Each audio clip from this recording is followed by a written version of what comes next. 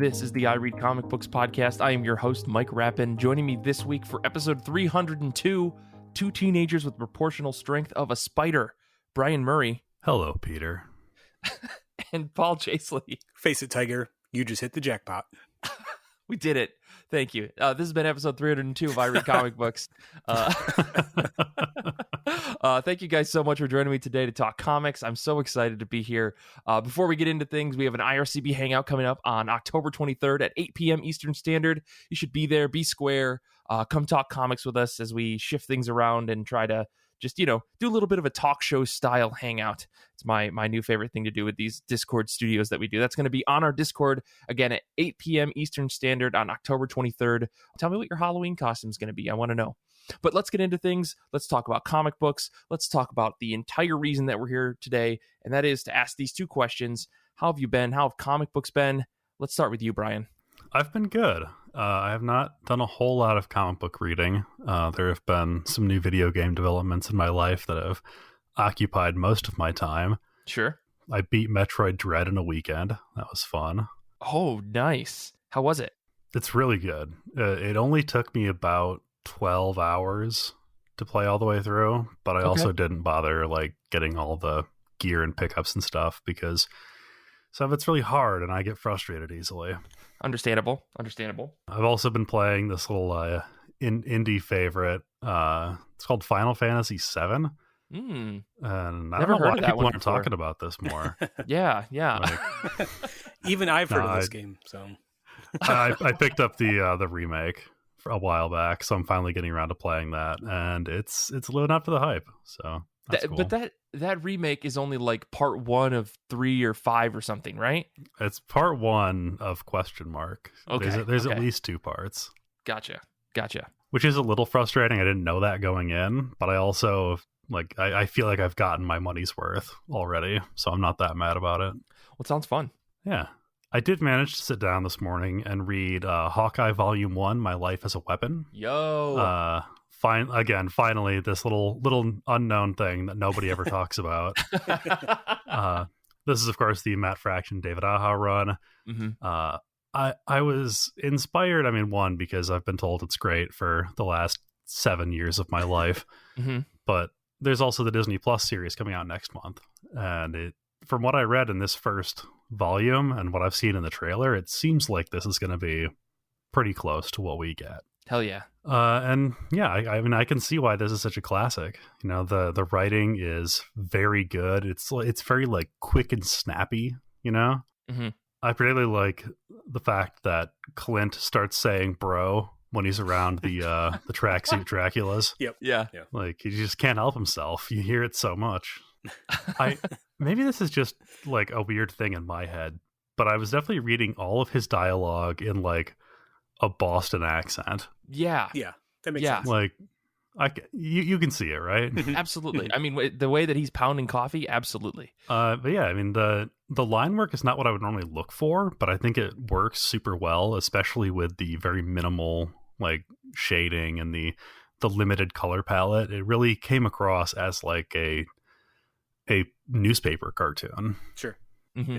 Yeah, I think Aja really leans into the flat style of this series more so than in any other book that I've seen him do recently. Mm-hmm. Even something like The Seeds that he put out most recently didn't have as flat of a feeling as this. It almost feels like this book should be printed on that type of gritty paper that you get with the Ed what's his name? Ed Piskor, X-Men Grand Design books. Yeah. That type of really gritty paper. I'd love to see Hawkeye printed like that, because this, I totally agree with you, Brian. It's like a newspaper feel.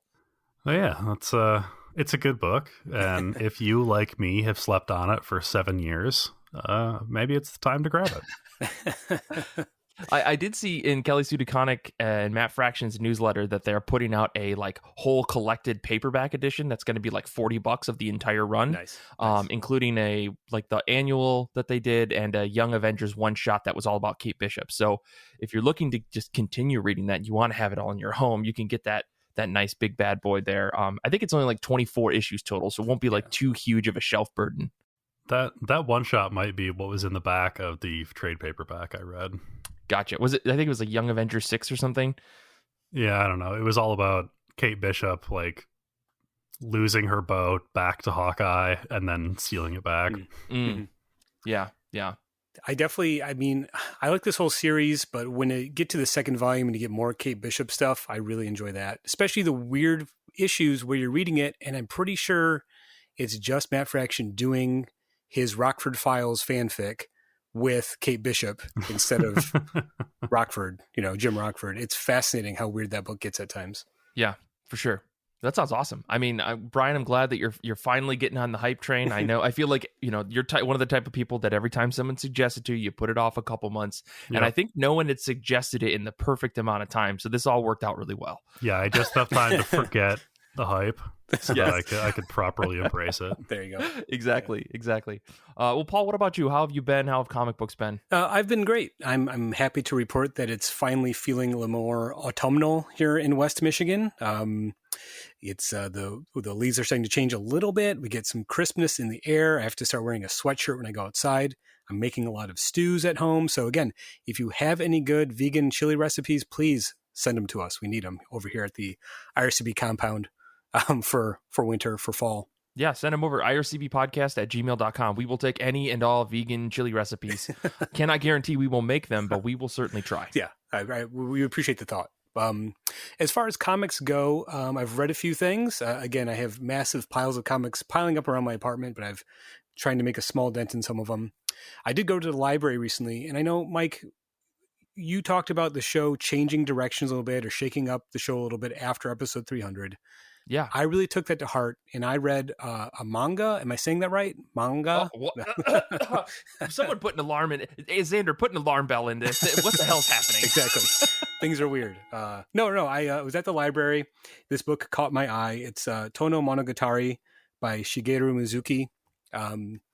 And it kind of caught my eye mainly because I like the aesthetics of it. And also it's just one volume as opposed to, number 47 of an ongoing manga series. Right. It's standalone book. It's actually an adaptation of the Tono Monogatari, which was a collection of Japanese folk tales that was published way back in 1910, I believe.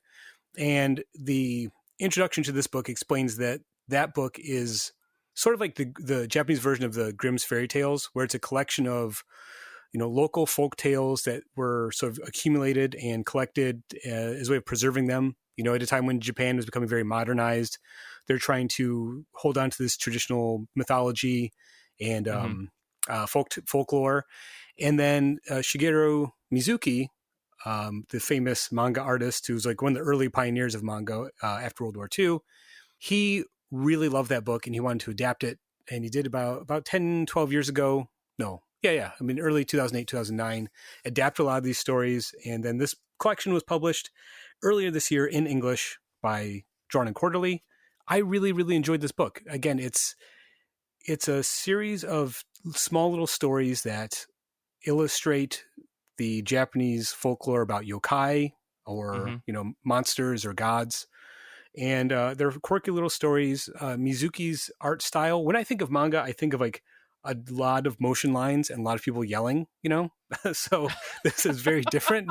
Again, that's my limited exposure to manga, but sure. This kind of looks and feels more like traditional Western cartooning. A lot of the characters are drawn more in caricature style, but the line work is very precise and clean. Mizuki puts himself into the book. The sort of framing device is him going to the town of Tona, where all of these stories take place, and visiting places where the stories happened, so it gives you a little commentary on each story. It's a cute, fun book. The backgrounds of the illustrations, whereas the characters look cartoony in a good way, the backgrounds are so lushly and beautifully illustrated. And I know that there's a thing where manga, like sometimes they have ghost artists doing that background stuff, but still, it's a beautiful looking book in that regard. And it was really nice to see a book that approaches this in an accessible way. The translator, Zach Davison, has a nice introduction, and then throughout the book, there's short little essays explaining certain aspects of folklore. So the stories themselves, there's not much to them. They're very simplistic, but approaching it from an educational standpoint, if you want to know more about Japanese folklore and yokai and Japanese fairy tales, it's a really good introduction. I'm actually pretty excited to go read more of Mizuki's work. I know he did a very big, important book that was the history of Japan So I'm probably going to find that at the library and read that next. So there you go. I'm not fully converted, but I am dabbling in manga now. So oh man, we did it, everybody. 300 episodes. It finally happened. Finally happened. No, that Shawa book. I've seen that at many a bookstore, and I've paged through it. A friend of mine picked up the first, I think, 2 volumes of that, and he said it's dense, but it's fascinating from start to finish. Just to see an illustrated history done from an intentionally like super serious, like trying to be objective standpoint. I've heard that series is fantastic. So I wish you the best of luck, because it's supposed to be big and dense, but also enlightening. So good luck. Yeah, well, thank you. Yeah, luckily I did like Mizuki's artwork. His style is really more my speed than some of the other manga stuff I've read, which again is my exposure is very limited. So I also made time to read Immortal Hulk number 50. A good thing I made some time, because this is literally a very big conclusion to Al Ewing and Joe Bennett's Immortal Hulk book. I think this clocks in about 80 pages. It was almost 100 pages. Yeah, it was like 89 maybe. It says right here on the spine of the comic, 80-page final issue. So there you go. Well, damn it. Again, this series, I've talked about it at length on the show. This is written by Al Ewing, art by Joe Bennett, inks by Roy Jose and Bellardino Babro, colors by Paul Mounts, and letters by Corey Pettit. I should just address the elephant in the room. For those of you that maybe aren't following on Twitter or didn't hear about it, there was some controversy about Joe Bennett, the artist, some illustrations he had done years ago that were racially or politically questionable emerged, which kind of tampered my enthusiasm for this series, but I was invested enough to see it to the end. I think Al Ewing is crafted a very beautiful story that's incredibly emotional. It really smashes the heartstrings, as opposed to, the normal type of smashing Hulk does. But I thought this was a very, very well done final issue. It really sticks the landing. You get a nice conclusion, which you don't always get in a lot of comic books, especially mainstream superhero comics. It's a big emotional story. It makes you really think about the Hulk in a different way. And I think that was the whole point of this series. It really does recontextualize Bruce Banner and the Hulk in a way that I don't know how you're ever going to follow up. So I think good luck to Donny Cates, who's taking over the Hulk after this. I think the best course of action is just maybe ignore this story or treat it as a standalone story, not try to follow up on it. But I know a lot of people are reading this book in trade, so I won't get too into details, but I found myself very, very moved by this final issue, and I'm excited to actually go back and reread this whole series. I think it's one of these legendary superhero runs, kind of like Hawkeye we were just talking about, where people are going to be going back for years and picking this book apart and really sort of enjoying it as a standalone story. I mean, those first 2 arcs in this book are probably some of the most brilliant comics I've read in a long time from Marvel and like in DC. Like just the way that Ewing framed the entire book as a horror story to start, totally changed my perspective on what was possible with something like a Hulk book. And I know like the history of the Hulk has always had like its ties into horror and stuff, but I just had never read that. Like I had read Greg Pak's Planet Hulk or King or whatever the hell, King Hulk, whatever the fuck they're called. I can't never keep these things straight. But you know what I mean? Like those big things, like where Hulk is this thing and you take him more seriously and he's got more power in his mind than you think. And I think Ewing took all of that, everything that there was, and he, like you said, recontextualized it in such a brilliant way, but starting it with like, there's more to this thing, but it's a mystery. And he slowly peeled back the layers to try to show it to you. I really, really like that. Yeah. And I will say that the ending, I mean, I'll have to go back and again reread the series, maybe pick it apart, see how Ewing sort of lays all the seeds, but it's a conclusive ending, but also the big mystery that, he starts with is still sort of there. It's not completely solved. So you can always go back to this at some point. So he didn't quote unquote close that door. Exactly. If you know what I mean. Wink, wink. Wink. Ooh. Get off the stage.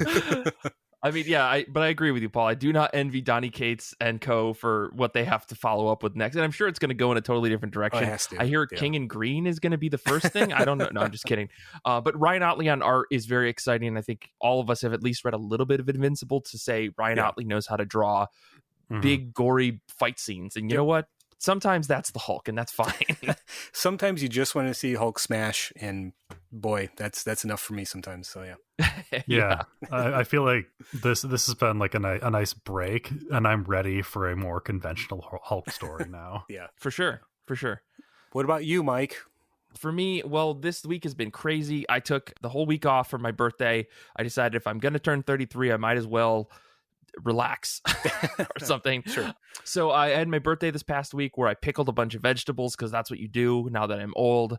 And everyone and their brother wanted to remind me, well, that's a thing that everyone does in the Midwest. And I was like, well, I fucking never did it. So get off my ass. I live in Jersey now. Otherwise, I did read a lot of comic books. Like I read a lot of comic books, and I played a lot of video games, and I mostly just relaxed, which was nice, despite, the hellscape of the outside the world that is still there and ever present. But yeah, I did read some stuff. I cannot express enough how awesome the series Vinland Saga is. If you haven't read Vinland Saga, highly recommend it. It's very, I want to say mature. It deals with a lot of mature subjects in terms of just like Viking brutality and like the horrors of war and things like that. It's a very well done series that doesn't try to gratify any of the pillaging and all the other stuff that the Vikings did. It very much approaches the idea of like, if violence is the core of an entire culture, how do we tell a story that isn't like taking all of that and like making it look cool? It's a really interesting series. Probably one of the most beautiful manga I've ever read. The level of detail in this series is unparalleled as far as I'm concerned. I don't know of another comic that is this detailed and just well drawn for like a monthly series. So highly recommend that if you're looking for something that's not your typical like shonen, like I'm going to be the strongest there ever is type of manga. It's very, very good. But I did read some other stuff. I read New Burn number 1 and 2. This is by Chip Zdarsky and Jacob Phillips.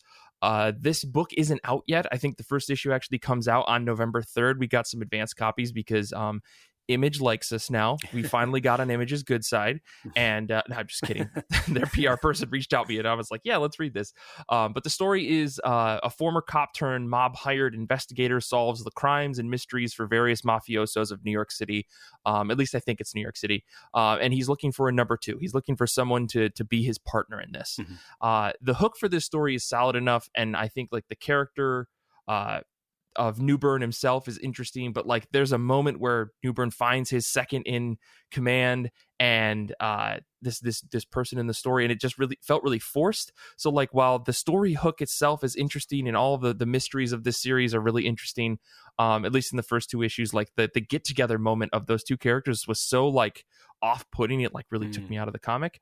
But the stumbling blocks aside, this book is really cool. Like I said, like all of the things that make up this book for its fundamentals and what kind of story it's going to be is really cool. It feels like a primetime police procedural where the anti-hero is actually the hero. And I don't know why that's interesting in comics, but not on television, probably because it doesn't take me 45 minutes to get through 10 minutes of plot. Yeah. But yeah, these first 2 issues do read really well. Like that, the stumbling blocks that I set aside, they read really well. And Phillips's art is utterly just perfect for this. I mean, at this point, anything that's Mark Jacob or Sean Phillips, I'm just going to pick up blindly. I don't even care what the story subject is because they are both incredible, like in their own rights. Like you can see Jacob's influence from his dad, but at the same time, he owns so much more different stylistic choices than what you would see from Sean Phillips. And I love that. Like, I don't know. I haven't read enough John Romita and John Romita Jr. to say like if I know the difference between those 2, because in my mind I conflate them as the same thing. But I feel like the difference between Sean and Jacob Phillips is a lot wider, but in a way that you can still see a similar origin point, and I think it's fantastic. Yeah. But yeah, so the one other thing I will say is this is like a super solid crimey book if that's what you want. But I don't know if I would have read number 2 if I didn't already have it. I probably would have trade weighted this book had I not already had the second issue. So reader beware. I guess if you pick up number 1, number 2 is where the book actually starts, which kind of stinks. And I feel like I'm asking for like an oversized number 1 when I usually complain about those. But I think that this book might have actually benefited from having a double-sized first issue to kind of like flesh out the things that really makes this book like blossom, which happens in the second issue. So yeah, either way, I would recommend this. If you're looking for something, November 3rd, put this on your pull list. This book is going to be super solid. I think it's going to be, that first arc is going to floor us, and the first 2 issues are spectacular. Awesome. Yeah, like as a pair. Yeah, I'm waiting to read this. I'm definitely very curious. I mean, crime books are very much my my cup of tea. And then after reading his Daredevil stuff, I think Zdarsky doing a sort of police procedural crime story is definitely something I want to read. So yeah, cool. Yeah, the one other book I want to talk about really quick is No One Left to Fight No. 2, or excuse me, No One Left to Fight 2 No. 1. Love a sequel. I had the same problem just reading that in your notes. Yeah. This is Aubrey Sitterson with art by Fico Asio, colors by Fico Asio and Rachel Avila, letters by Taylor Esposito. Honestly, this should have just been called No One Left to Fight No. 6, but whatever. This over-the-top anime, dumb, amazing comic is back, and even more wild stuff. Finally managed to ask the question, or, hey, so maybe the women in this story should actually get something to say about who she loves and why she loves them and so on and so forth, which was a problem I had in the first arc. So if you don't know what No One Left to Fight is, essentially like this super powered Goku style character comes back to meet his old arch nemesis / best friend Vegeta that's not Vegeta, and his wife who's Bulma but not Bulma, and their kids who definitely aren't Trunks. Like, I keep comparing it to Dragon Ball because like it's really easy to do that, but these two guys, they used to be like the most powerful people in the world. They defeated this super bad guy, and then they went their separate ways. And he comes back to visit his buddy, and they have to go on one last trek to try to solve this problem. And it turns out that, spoilers, our main character is sick, and he just wanted one last fight. And the series ends on like a nice conclusion, but it clearly could have kept going. And so I was kind of surprised that they're like, we'll see if this comes back. I thought it got canceled or it just was a natural ending. And instead, like, No One Left to Fight 2 No. 1 just literally picks up where No. 5 left off on the previous series. So I don't know. I like this series. I think it's really fun. Like, it's really dumb and fun. And you can see where a citizen is pulling from a lot of different manga and just action story tropes to try to tell this really kind of just wonky series. And the reason why this whole book works is because of Fico Asio's art. I think with any other artist, I probably wouldn't have continued reading this, but Asio manages to pack so much punch into every single page, not just combat, like just all the details of this book are impressive, and the color work is incredible. It looks like you're looking at one of those like neon posters you would buy at like a Spencer's Gifts that's clearly supposed to be under like a UV light. Yeah, I don't know. This book is beautiful and really, really fun altogether. So like, I would say don't pick this up if you haven't read the previous series, but do go pick it up if you have read the previous series or you're going to read it. Because I don't know, I think this book is a lot of fun. I think Sitterson's going to take us on a pretty fun ride. He's introduced a lot of wacky elements, and he manages to mix kind of like goofy tropes with like semi-serious dialogue and character development. And I think just this first issue alone proves that he intentionally wrote the first arc to be kind of 2D so that he could flesh things out in the next arc. I don't know. This book is fun, but it might be worth the trade weight if you're just waiting to, if you want just a bunch of story all at once.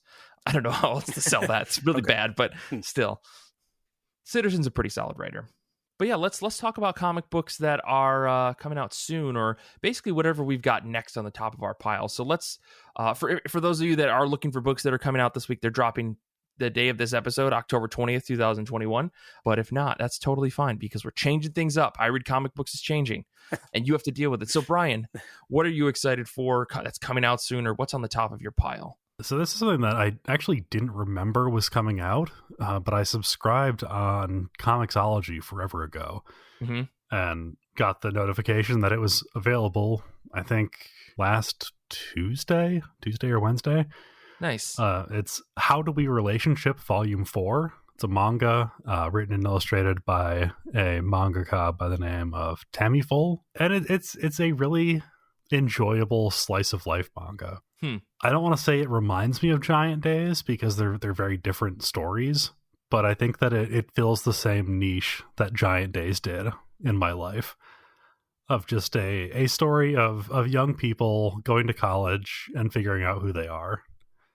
But this is a really good exploration of two young women who are in their first like adult relationship together and trying to figure out like, how do we relationship? Like, what does it mean to be, two lesbians in love in Japan? And it's one of those things where they explore it a lot, because my understanding is that Japan has a more deep-seated homophobia than even America. And so even though it is set in modern day at a time when I, as an American, I don't bat an eye at same-sex couples anymore. Apparently, it is still more taboo in Japan. Mm-hmm. It's interesting that comics like this are being published. You know what I mean? In a society where it feels like that like type of relationship is suppressed, like, or is looked down upon. Like the where the conservatism lies is kind of like, it's not a blanket, I guess is what I'm getting at. You know, like it doesn't feel like everyone is thinking that way. It's that there is like a cultural, like maybe, I guess, like disapproving feeling, but obviously somebody's publishing these types of stories, and this isn't the first time I've seen this kind of stuff. You know, like the whole BL genre is out there and is very popular. But yeah, and I think that basically what we're seeing is like a turning point in those attitudes, because I think that a lot of members of like our generation and younger are looking at their more conservative parents going, wait a minute, none of this makes any sense. Right. Well, this sounds like a nice little series. I mean, the art looks very nice from what I looked up just now. So yeah, it's fun. It has its like heavy serious moments where we talk about, are we dating because we actually like each other, or are you just the only other out lesbian I know? Oh, which boy. is a thing that from the people I've spoken to in those kinds of relationships is a very real fear. Right. So I find it very authentic and very charming. Very cool. Paul, what about you? What's on the top of your pile? You know, as much as I admitted to changing my tastes or expanding my horizons after episode 300, I'm going to play back to type. I am excited for Destroyal Monsters. This is the new Reckless book by Ed Brubaker and Sean Phillips. I don't know what else to say at this point. I mean, these books are very much my cup of tea. I already like Brubaker and Phillips, but I think lately they've been firing on all cylinders. I like their new approach to, instead of doing just a regular serialized monthly comic, releasing, you know, every few months a nice 100-page standalone hardcover OGN, you know what I mean? But what's nice is that these books, they're a series in that it's the same character, Ethan Reckless in each one, but you can read them as standalone books. You can sort of enjoy them on their own, but if you follow the character, you can see the growth and change over time, which is something that they did with Criminal early on, but I think they've really honed that with this book. And what's great is that Brubaker is really able to draw from the type of cheap, I use not cheap in a derogatory term, but, you know, like the sort of pulpy crime and detective novels like Parker, or that's the only one I can think of off the top of my head, but books by like Jim Thompson, you know, Jim Thompson's books, or Richard Stark, who wrote Parker, those types of books. And I've read enough of those books to know that's what he's mimicking, but he's setting it in the late 70s, early 80s, a different time period, giving the character a different sort of approach and personality than those types of books usually had their protagonists have. So it's like he's internalized all of the stuff he's always been influenced by, but finally able to make it feel unique and feel Brubaker rather than him playing up a type of, you know, a stereotypical type of story. You know what I mean? So I think these are some of their best work. If you already like Brubaker and Phillips, you're going to like this stuff.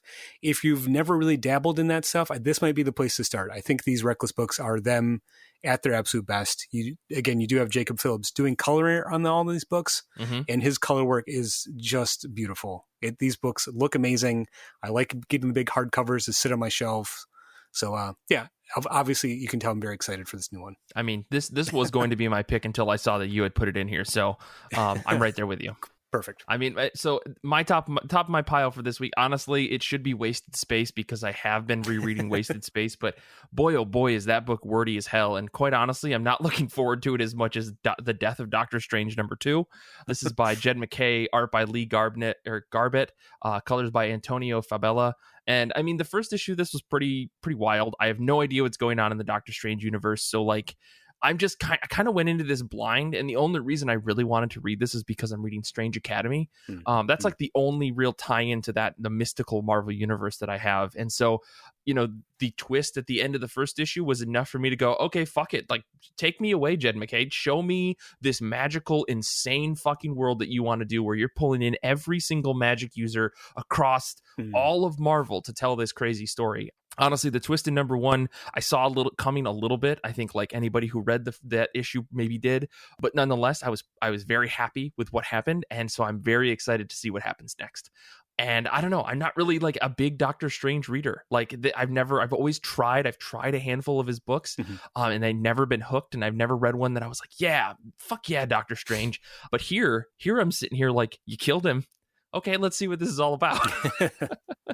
So, the first issue was solid, and I'm really excited to see where the rest goes. Yeah, I might have to check this out. Again, Doctor Strange, one of those characters that I kind of like in theory, but very rarely find myself reading. You know what I mean? Yeah. Now I've read the Ditko stuff and a few things here or there, and I'm really enjoying the new Defenders series.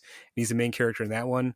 But yeah, I think finding a contemporary Doctor Strange book to dig into might be worthwhile. Yeah, and I completely missed our Discord picks. They're right in front of me in my notes, and I completely missed them.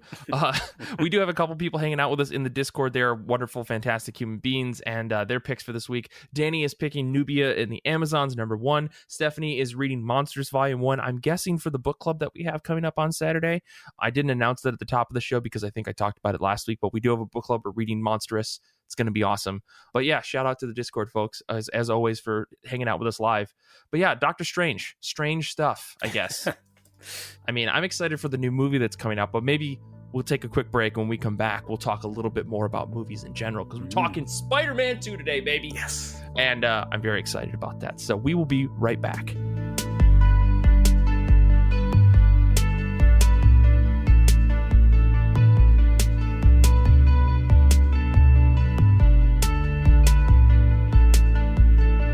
This week on I Read Comic Books, we are talking about Spider-Man 2. We're talking about Sam Raimi's Spider-Man 2 from 2004. If you listen to the IRCB Movie Club that we have on Patreon, which we all recommend you go, for $5 a month, you can get access to that, everything else that we do over there, which is a lot. Kind of slowed it down for the last quarter of the year as we're going to kick things back up into high gear with Saga coming back and all sorts of other things. More to come in the near future on that. But nonetheless, IRCB Movie Club, a couple months ago, we talked about Spider-Man, the original by Sam Raimi, starring Tobey Maguire, Kirsten Dunst, James Franco, and who played the villain? Willem I Dafoe. Can't even remember his name. Willem Dafoe, how could I forget? And plenty of other people. And so today, I've been sitting on this for a while, like since we did that episode. I wanted to do a follow-up.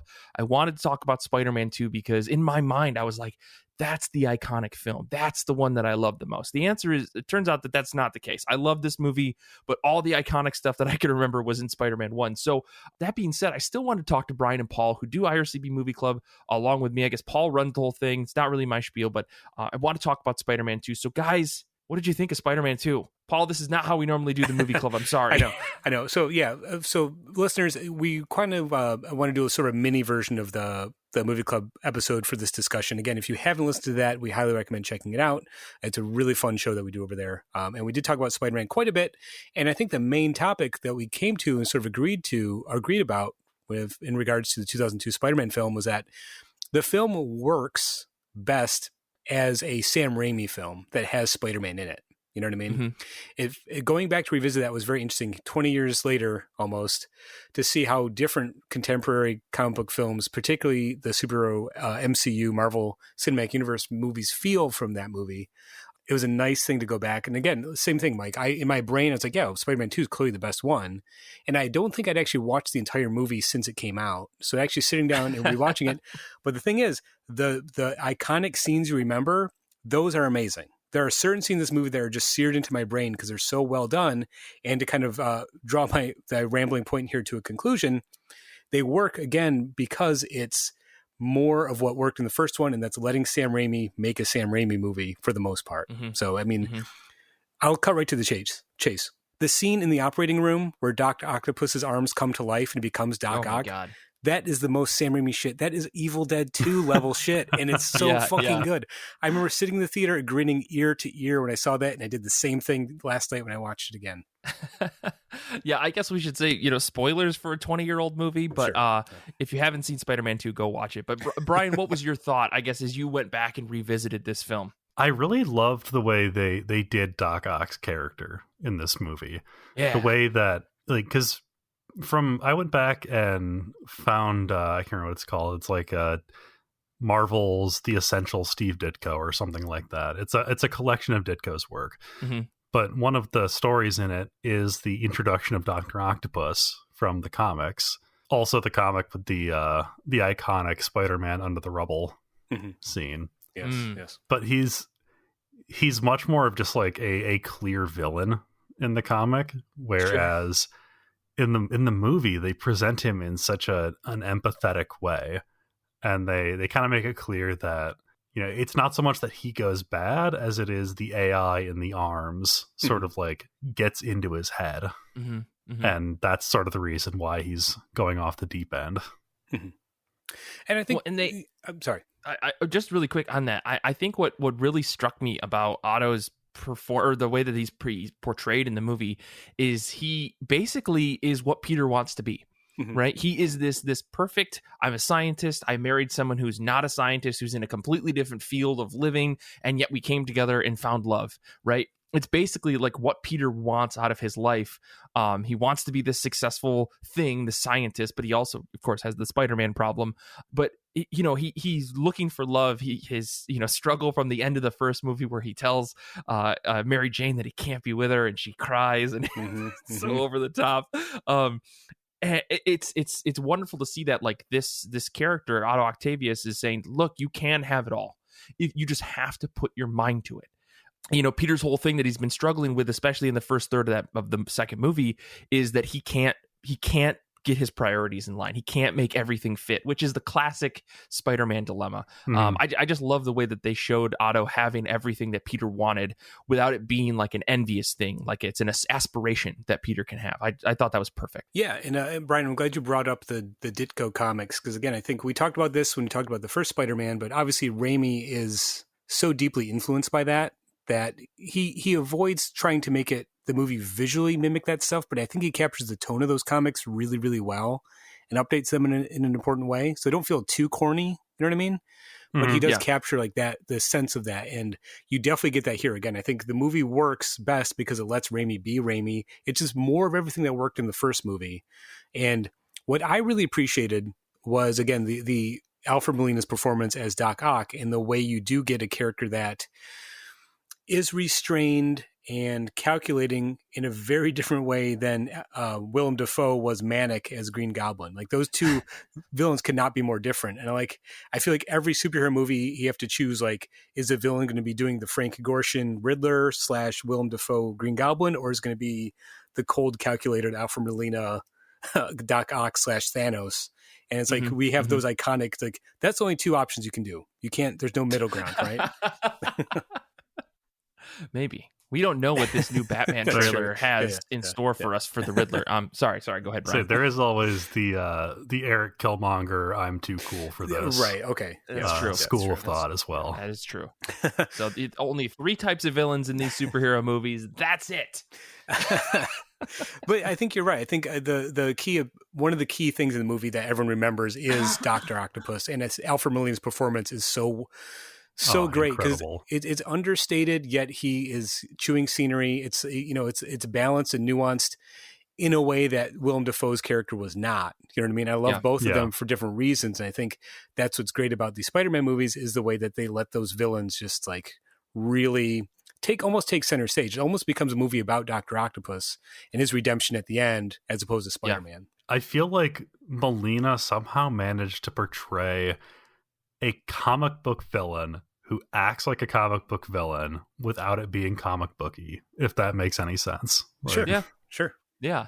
I mean, I was watching through this whole movie, I'm sitting there with Kelly and I'm having my Lord of the Rings on the internet moment, right? Where like every scene I'm calling out, oh, but you know why they did this is because, and she's like, can you just let me watch the movie?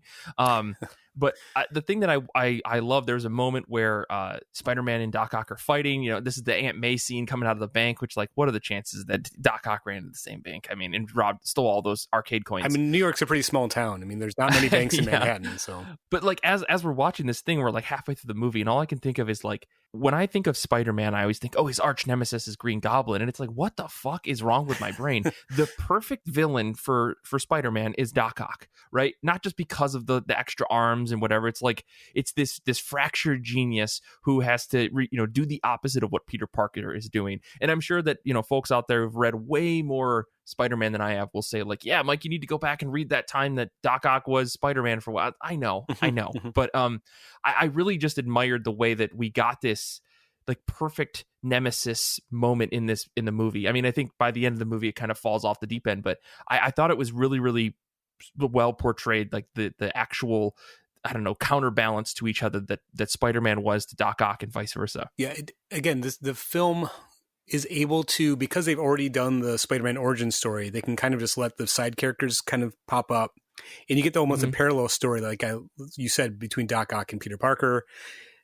Peter Parker sees Dr. Octopus or Dr. Octavius as an aspirational figure, you know what I mean? And you get this sort of parallel story there, and they both have redemptive moments at the end when, because there's also the other subplot of the movie, which is where Peter Parker loses his Spider-Man powers and gives up being Spider-Man.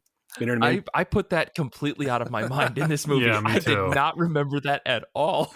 And, again, I feel like, Raimi wants to do so much. He wants to reference all these classic Spider-Man moments, and so you get the costume in the trash can, like the cover of Spider-Man No More, and you get the story of him losing his powers, which has happened several times, and you're getting all this stuff. And at the same time, it might feel overstuffed, but what I liked was the way the movie felt self-contained in a way where they could put Easter eggs in without needing to set up another movie, which is, I think, the main problem I have with a lot of the contemporary MCU movies. You know what I mean? Mm-hmm. So, they keep having Kurt Connors show up, and he's going to be the lizard, you know what I mean? But he doesn't need to be the lizard. I did not even catch that. I've seen this movie probably a dozen times, and it wasn't until Kelly went, does that guy only have one arm? I went, oh my God! There you go. All right. It's perfect. Yeah. So I think that the nice thing about the Spider-Man films, going back and revisit them, is like, a superhero movie that isn't setting up setting up a franchise, but it's not setting up a whole, quote unquote phase of films where they all need to tie in together. It's leaving seeds. Yeah, exactly. It's not here to launch 7 other films. Right. I mean, even the throwaway line of Jonah Jameson saying, like, could we call him Doctor Strange? And he's like, no, that one's already taken. I want to pull on that thread, but Raimi said, you know what? If you guys want to, it's there, but I'm not going to touch this any further. Like I love that. I absolutely love that. He's coming back. He's doing Doctor Strange again. So, sure. And God help us if we don't get a J. Jonah Jameson flashback moment, right? Like, right, exactly. I do think, again, we obviously talked about a lot in the previous episode where we talked about Spider-Man, but again, J.K. Simmons as J. Jonah Jameson is the perfect casting. That is, you could not make that character better. I laughed out loud so hard at the scene where Peter Parker asked to get paid in advance. Right. Right. And J. Jonah Jameson thought he was joking. It's so well done. And like, what brings me to a point I do want to make with this movie in particular, I feel like they let Raimi be more of what he's comfortable with, which is, we always think about the horror aspect of Raimi, but he's incredibly funny. And so much of this movie is funny without being self-consciously funny. You know what I mean? Like, it's not seriously saying, like, isn't this wacky? It's all about comedic timing. And there's so many moments in this movie that are hilarious because it's like Bugs Bunny cartoon type comedic timing, which is sort of timeless, and you don't always expect it, but it works really well in this movie. Like, I think, when Peter Parker's trying to sneak into his apartment and then his landlord is like screaming at him, like, that's hilarious. All of those scenes are great. The scene at him running out of the bathroom as Peter's trying to leave, yelling, "Red!" Right, exactly. And then the scene at the wedding where you see, like, everyone's waiting for Mary Jane to walk down the aisle, and then you see J. Jonah Jameson's head like pop into frame, like, what's going on? And then the punchline, like, tell the caterer not to open the caviar. Like, it's all so funny. And there's very few comic book movies or superhero movies that I think work as comedies, and this one definitely does for me. At least for me, my taste. Yeah, but you didn't like Thor Ragnarok, so I think that you and I have very different feelings on comedy in general. Exactly. There's but like you said, Paul, it's like a cartoonish, over the top kind of like not trying to be funny in like a classical comedy way. Like it's really old school, I guess, like in terms of like, I misspoke the way that I said that. It's like, I think Thor was trying to be funny and like be like a comedy movie, whereas Spider-Man is trying to be a superhero movie with injected comedy wherever they could, because otherwise it's way too serious of a film. I don't know. It feels like I totally get what you're saying with that, Paul, though, but it's very funny, but like it's so corny. And the problem that I had with this movie is that the internet has like memed the hell out of this. Every Sure. little bit, like the pizza time thing, the J. Jonah Jameson laughing, the Spider-Man on the subway with his face all like flubbed up. I feel like I've seen those images and those bits and pieces like a million times. Like Peter Parker just saying pizza time 100 times in a row in a video, and then me going, this is peak comedy. Like it's so stupid. So, watching this again, I was like, wow, I guess like this movie never disappeared from my mind. It reappeared in a way that I didn't get it. So like coming back to actually watch the source was really a bizarre experience for me after not seeing it in so long. Oh, I completely agree. And again, there are certain moments or images in this movie that are like seared into my brain. And like, I think that might speak to the quality of the movie, that people are still talking about it. No one's talking about the whatever his name, the Andrew Garfield Spider-Man movies. You know what I mean? Like No one mentions those, but everyone talks about, for better, for worse, this one in Spider-Man 3. You know what I mean? For different reasons maybe, but everyone remembers these movies. So. But that's like comparing like white bread to, like a wheat bread that's not necessarily great, but has a lot of character, Sure. Okay. Yeah. That's one way to put it. I mean, I don't know. I will say, like, I wrote my Letterboxd review for this when I was after I watched the movie, because I'm one of those people now that just all I want to do is file things on Letterboxd. I watched this and I was like, what a great bad movie. Like, what a stinker that totally rules. Because this movie is super corny. It's way over the top.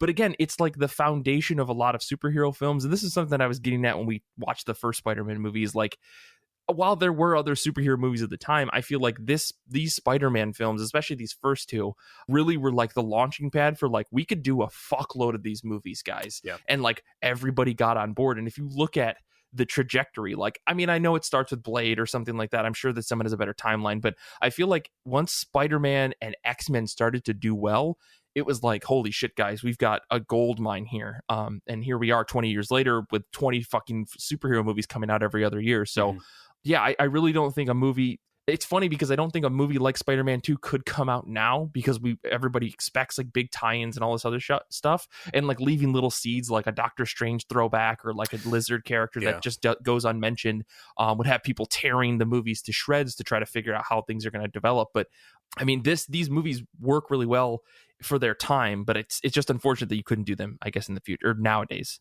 Yeah. And I wonder that, like, if the internet had been as big now as it was when this movie came out, like if they had TikTok in 2004, I guarantee you this movie would have been analyzed to death just like every other movie is now. Right. Sure. Yeah. But I mean, again, I think it harkens back to a time, and I'm glad you mentioned Blade, because I did recently rewatch the first Blade and had a blast watching that one, because this movie and those Blade movies, they're a callback to a time when superhero movies could be weird and unique. And I feel like it's now and that's not true for all superhero movies, but the majority of them do have to do a lot of heavy lifting, setting up a franchise. They have a particular style. I mean, all those MCU movies look exactly the same. And it's like, no matter what director you get, I mean, outside of maybe Ryan Coogler doing Black Panther and Taika Waititi doing, the Thor stuff, most of those movies look exactly the same, and you can swap them. They're all kind of interchangeable. And again, I like them all. I enjoy watching them, but they're not going to be remembered, I think, or celebrated the way that maybe these movies are, for better or for worse. You know what I mean? So sure. Spider-Man 2 is a weird movie when you actually sit back and think about a lot of these scenes. Like, yeah, this is a fucking weird superhero movie, and it's better because of that, I think. Yeah. I mean, the thing that I noticed upon rewatching this, and I think that I watched the extended edition. I don't know if you guys watched the regular edition, the extended edition. The extended edition made this movie feel so fucking disjointed. Like scenes are way too long, or like there's just like extra little paddings to things that didn't need to be there. I felt like there was a moment where I was laughing my ass off, where Peter, he gets in a fight with Aunt May, or doesn't get in a fight. He's like, hey, so I watched Uncle Ben die. And she's like, oh, and then she leaves.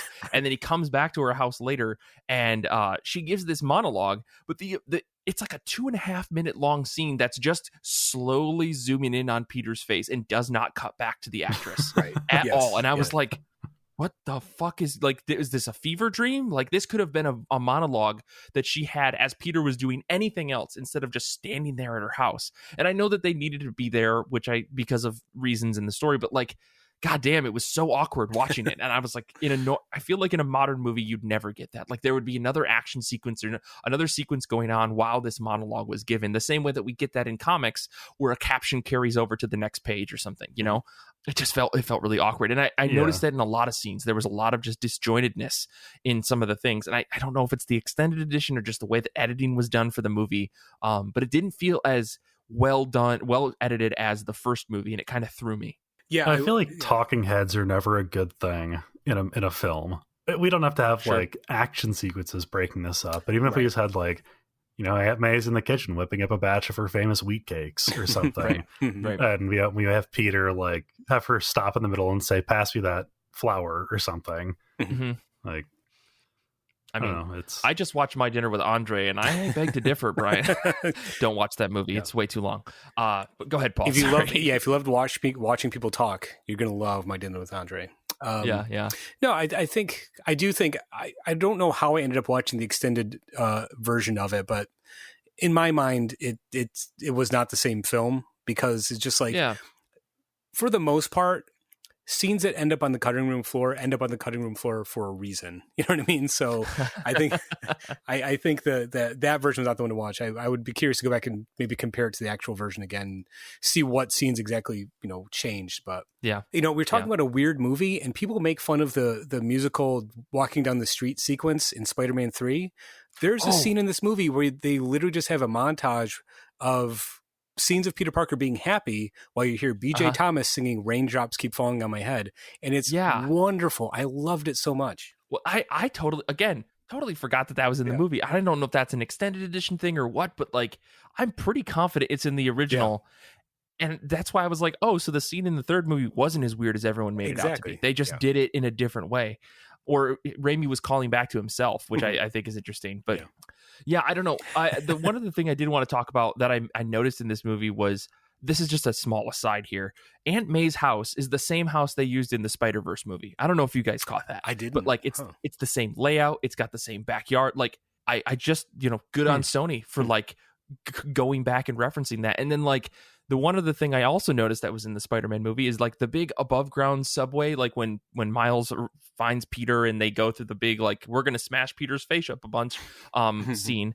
That subway line is the same subway line that Peter saves all those people on in the end of the second movie. Like it's the same above ground. Like I'm sure that it's not exact, but when I looked at that, they did like a couple of angled shots in Spider-Man 2, and I was like, this is Spider-Verse. This is the exact same thing. I thought it was really, really cool. Just a small little thing of Sony being like, yeah, guys, we remember those movies and we appreciate them. So good on the animation team for that. But anyways, just total aside there. Do we want to talk about the subway thing or we have to? What? This is an iconic superhero scene. I think the movie goes bigger than the first one in a lot of good ways. And I think this scene in particular shows it's such an iconic thing where the superhero is unmasked and like everyone around's like, you know what? We're going to keep the secret. The city rallies behind Spider-Man. And I think it's been referenced so much that it maybe seems corny, but I got emotional. I got choked up watching it again. I'm like, it's such a good scene.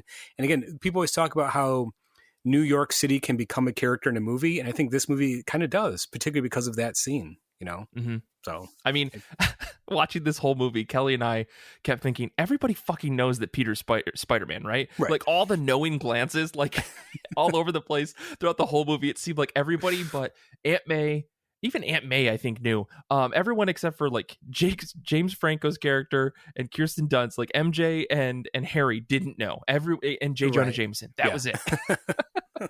Anyways, but no, that scene was very, very powerful. I thought that like I've got all sorts of weird little notes here about that scene, but Phil Lamar being like the dude in the front always sticks out to me for some reason. But that moment is insane because it's one, Peter showing like the strength of a spider, like for the first time, I think in a long time in these movies. Yeah. And also just that New York sense of mind, like of everybody like kind of being a jerk about things and then being like, no, but Spider-Man's cool. Like despite everything that's being said, Spider-Man is cool. Yeah. I mean, I always appreciate that. I think that you can draw a straight line from that scene to the scene in Dark Knight with the two boats. You know what I mean? And it's the same thing in the Dark Knight. Like, as much as I like that movie, that scene always kind of rings a little bit false, because I don't think you have that sort of sense of community in that particular scene. Whereas in this one, it's like, because the movie has set itself up to be a little corny, it lands in a way that a more serious movie can't have that same type of scene. Does that make sense? Yeah. You know? Yeah. And I mean, like, Danny in the chat is pointing out, like, that line that he's no older than my son. Like, I do like the surprise that people have about who Spider-Man is and, like, how old he is and all that kind of stuff. I think Stephanie pointed out, like, the whole you mess with one of us, you mess with all of us thing. Like, there is that sense of, like, both people, like, expecting a lot of this character, but also being just genuinely surprised by who he actually is. I always find that to be fascinating. Like, and as I was watching this, I was thinking, like, it would have been funny to see, like, a brutish character being like, "Hey, Spider-Man, you can't be on this subway. You're gonna get us all killed," and then later coming back and, like, protecting him in front of Doc Ock. Yeah, would have been could have been fun. But it is interesting because I have a couple points here. So it is interesting. Again, we talked about it briefly in the previous episode. We talked about Spider-Man, how Spider-Man was filmed before the events of September 11th, and came out after that. Yeah. You know what I mean? That kind of colors the movie. This movie clearly was written well after that happened. So it's like the scene of the city coming together rings really differently, knowing, it was written after September 11th. You also have the idea of the fight scenes in this movie are so much better than the fight scenes in the first one. Like, CGI got way better in 2 years, apparently. Like, it looks way better. And they're staged better. There's the whole scene with Doc Ock and Spider-Man fighting on the side of the bank, the side of the building, which is incredible. This fight scene, you get scared for the people on the train. And it's very rare, I think, in a superhero movie to actually feel fearful for the people in harm's way. You know what I mean? They don't usually address that, you saw, we did have a Superman movie where Superman literally hears people screaming in terror because a gas station blows up and literally does nothing to save them, So to have Spider-Man, pull people out of the subway and then shoot his web to give them, like, a thing to land on so they're safe. Like, I was like, oh, that whole scene, like, I think is so super heroic in a way that very rarely gets shown in films. It really does feel like a comic book fight in the best possible way. Yeah, I mean, I really, I don't know. I feel like the action in this movie worked really, really well. I mean, I 100% agree with you. Like, there is a lot of Spider-Man. Like, I always think of there's an issue of Dan Slott's Spider-Man run. Say what you will about Dan Slott. There's a run or an issue that he did where it's called, like, No One Dies. Right? Yeah. And I always, always, always think of that issue when it comes to, like, the stresses and, like, the amount of the lengths that Spider-Man will go to save someone. Not to say that other superheroes don't, but, like, I think it feels more strenuous on someone like Spider-Man, who feels so very close to a real person a lot of the times. Like, he's dealing with all of these real world problems.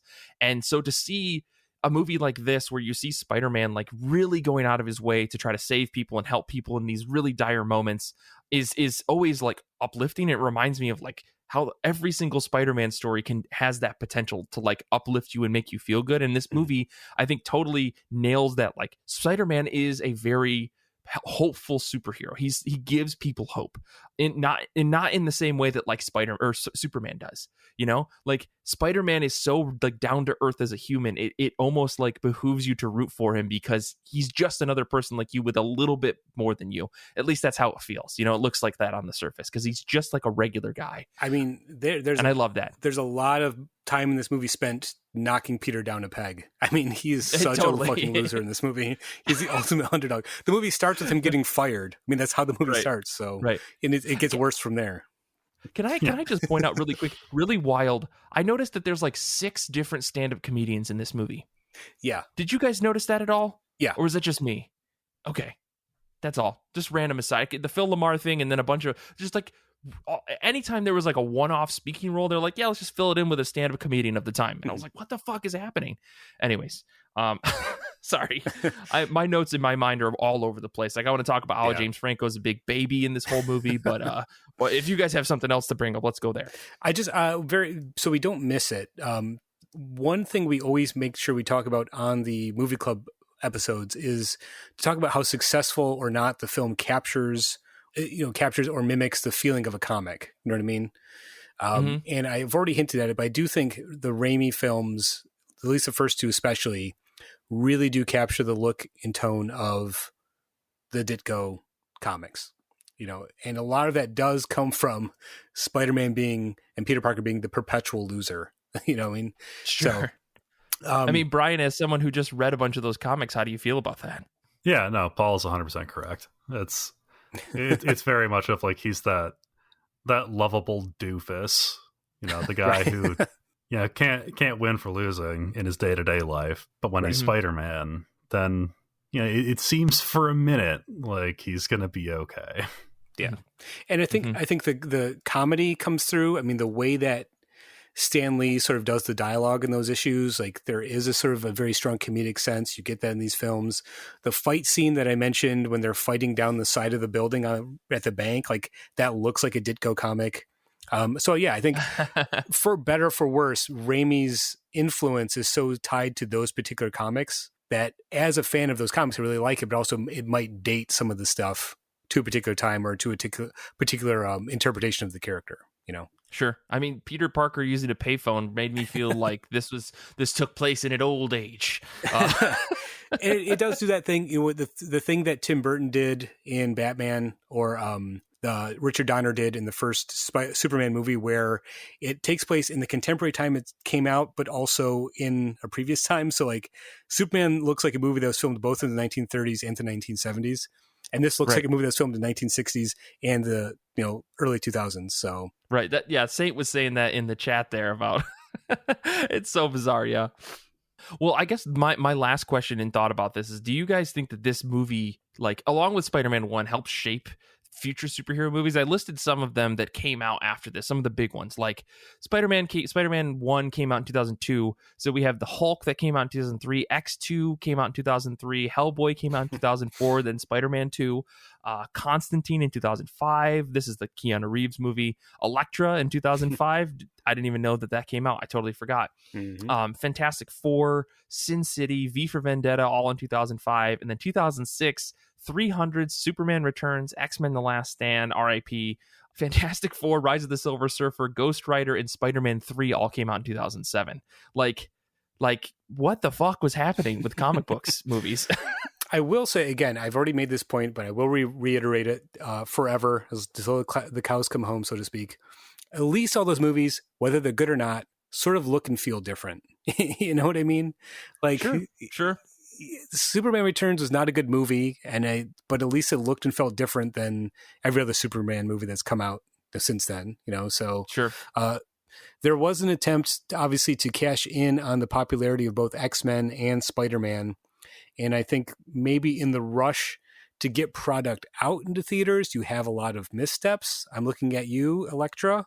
But you also have a lot of distinct looking and feeling films. And, the fact that there is a Hellboy movie and it's fucking great, is kind of a miracle because of the success of superhero movies and comic book influence movies at that time. Yeah, it's definitely the era of throwing everything at the wall to see what sticks. Yeah. Right. The one movie that I didn't list that was on this list is the animated TMNT unofficial sequel to Teenage Mutant Ninja Turtles 3 from the 90s. It's fantastic, but again, it's an animated film, and I didn't list any animated films just because, like, there is a time and place to have that discussion about the animated films. But I was Mike doesn't think that animated films are cinema. So. Listen, anime isn't real, okay? That's a bold statement. Wow. Listen, you could put that on a fucking t-shirt, all right? No, Mike, anime isn't real rapping. I don't know. I just thought it was interesting to look at these movies because you can definitely see like the ups and downs of things. Obviously, say what you will about the movie 300, like it was a huge success, and that's like the beginning of the I think compared with Sin City, it's the beginning of like the grim universe that is Zack Snyder's life. But but compared to Superman Returns, which I felt like was trying to capture the feeling of that 70s Superman, but in a modern day in a lot of ways, next to something like X-Men The Last Stand, which was just like, we have these actors, just put them in a movie. Or Fantastic Four, Rise of the Silver Surfer, again, similar kind of thing. It's interesting to see like how things developed, because I feel like we don't get a real quote unquote banger of a film until 2008 with Iron Man 1. Like we have four, I think after Spider-Man 2, there isn't a solid superhero movie until 2008. like 4 years we had this weird just like rut of films, and then Iron Man comes out and it's like changing the game. So it's interesting. I just have to, Danny did just point out in the chat that Batman Begins came out in 2005. Oh, I don't know how I missed that. My apologies. I don't count that one because it's anime. What? No, but again, Mike, I don't know what anime is. Rap.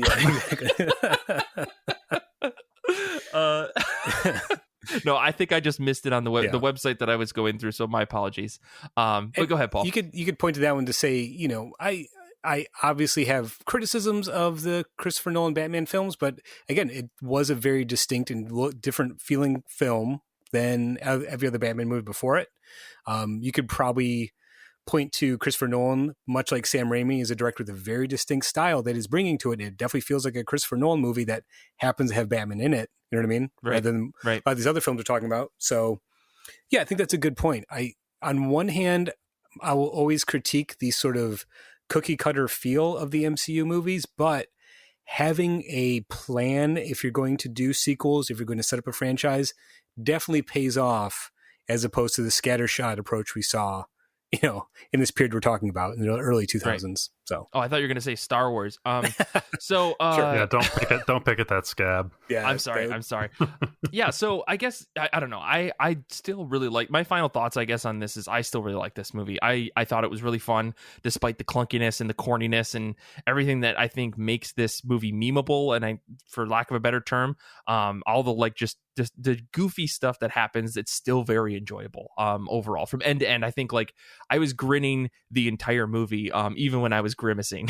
You know what I mean? Yeah. It's cheesy and goofy in exactly the right way for a comic book movie. Yeah. Right. Yep. Yeah, I think it totally holds up. I think you could nitpick things about it, but if you're able to kind of just step into that world of the film and not think about it too much, it's an absolute thrill ride. It's an absolute blast. I really do love this movie quite a bit. So for sure. I think your opinion of the film, Mike, has been vindicated. However the rest of that song goes. I did not remember that being the closing song of the movie until it came on. And then I looked at Kelly and I said, this has to happen. And I stood up and sang the whole fucking thing. So, yeah, vindicated. Brian, do you feel vindicated? I mean, sometimes I go back and listen to that album just to remind myself what life was like back in those days.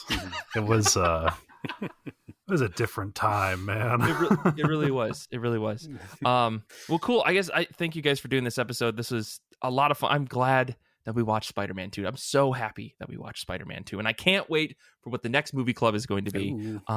I mean, the poll is up right now. I'm gonna pull that up really, really quick and see if I can talk and also type at the same time. But yeah, so I will just say I'll plug the show again. Again, if you're not subscribed to the Patreon, we do over there, and it's the IRCB Movie Club 4 times a year so far. I think we've been able to keep on schedule, and every episode we have a poll, so you, the listener, can decide which film you get to hear us ramble about for about hour and a half, 2 hours over there at the IRCB Movie Club. And this month, I forgot, it's an all Alan Moore month. So I don't know why I said that, because I don't think Constantine is an Alan Moore story. So what the fuck is going on in my head? No one corrected me. Just want to say that. Constantine, 2005, V for Vendetta, 2005, League of Extraordinary Gentlemen, 2003. Those are the 3 movies that we're voting on right now. So if you sign up at the $5 tier or higher, you can vote on this poll, and you can help us pick what we're going to talk about in November for IRCB Movie Club. Please go and vote for League of Extraordinary Gentlemen just to make Paul watch it. No. So the reason I picked Constantine was because Alan Moore created that character. So there's the tie. Oh, he did. So, yeah. Right. Okay. So it is. Okay. Then never mind. I'm not wrong. You're wrong, Paul. Okay, well, with that, we could spend the entire episode arguing whether it's Constantine or Constantine. That will be the whole 2 hours. So that's actually going to be the whole episode when we do it, because Constantine's in the lead right now. But you can change that by going and voting. Next week's topic is going to be a comic book tea pairing episode. I don't know, Kate and Kara came up with this idea. And Kate mailed me like a stack of tea. So I'm going to be drinking tea all next week and trying to pair it with various comics, and then we're going to talk about it next week. Like I said, with Kate Lamphere and Kara, It's going to be a blast.